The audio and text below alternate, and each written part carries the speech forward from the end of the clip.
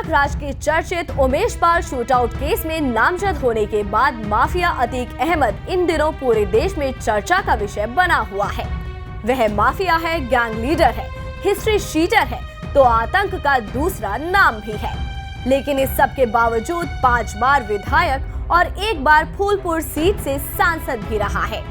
अतीक के खिलाफ 100 से अधिक आपराधिक मुकदमे दर्ज हैं। कई सरकारें आई गईं, लेकिन सजा उसे वर्षों बाद सीएम योगी के शासन में ही मिली। तब कहीं जाकर लोगों ने राहत की सांस ली। अतीक की हनक और डर का अनुमान आप इस बात से भी लगा सकते हैं कि हाई कोर्ट के 10 जजों ने उसके मुकदमे की सुनवाई से स्वयं को अलग कर लिया था। अतीक के बारे में कहा जाता है कि वह इतना शातिर और खूंखार है कि अपराध से लेकर कारोबार और दबंगई से लेकर सियासत तक में जो भी उसके रास्ते आया उसका काम तमाम कर दिया। एक तांगे वाले का अनपढ़ बेटा अतीक इतना महत्वाकांक्षी है कि पैसों की खातिर जुर्म की दुनिया में कदम रखने के बाद वह कुछ ही दिनों में अपराध जगत का बेताज बादशाह बन गया। अपने गुनाहों पर पर्दा डालने के लिए उसने सियासत को कवच के तौर पर इस्तेमाल किया और अपराध व राजनीति के दम पर करोड़ों नहीं बल्कि अरबों का आर्थिक साम्राज्य खड़ा कर लिया।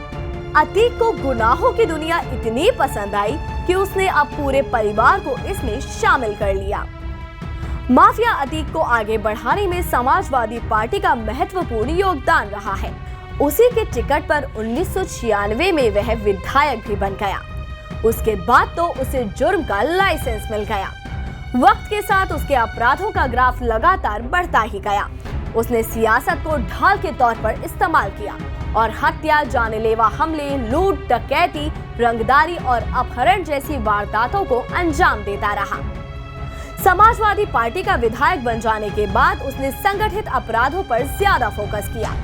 सत्ता और अपराध के जोड़ तोड़ से उसने अपना आर्थिक साम्राज्य खड़ा कर लिया।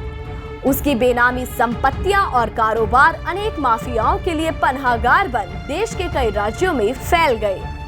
रंगदारी वसूली, गुंडा टैक्स सहित अन्य आपराधिक गतिविधियों से उसने अरबों रुपए कमा लिए। सत्ता का उसने कैसा दुरुपयोग किया, इसका अनुमान इस बात से लगाया जा सकता है कि उसके खिलाफ 90% से अधिक मुकदमे विधायक बनने के बाद ही दर्ज हुए। अतीक के खिलाफ अब तक करीब 250 मुकदमे दर्ज हो चुके हैं। डर और भय के कारण कई मुकदमे वापस भी लिए जा चुके हैं, जबकि सबूतों और गवाहों के अभाव में वह अनेक मुकदमों में बरी भी हो चुका है। यूपी में गुंडा राज का खात्मा कर देने वाली योगी आदित्यनाथ सरकार में पहली बार किसी केस में उसे आजीवन कारावास की सजा हुई है। इसके बावजूद उसके खिलाफ 58 मुकदमे अभी भी एक्टिव हैं, जिन पर सुनवाई जारी है। आपको बता दें कि योगी राज में अतीक और उसके गुर्गों के साथ ही तमाम कारोबारियों के खिलाफ अब तक 144 कार्रवाइयां की गई हैं। गैंग से जुड़े अधिकांश अपराधियों को जेल भेजा जा चुका है। योगी सरकार ने अतीक की 23 अरब से अधिक की अवैध संपत्ति जब्त कर उसकी कमर तोड़ दी है।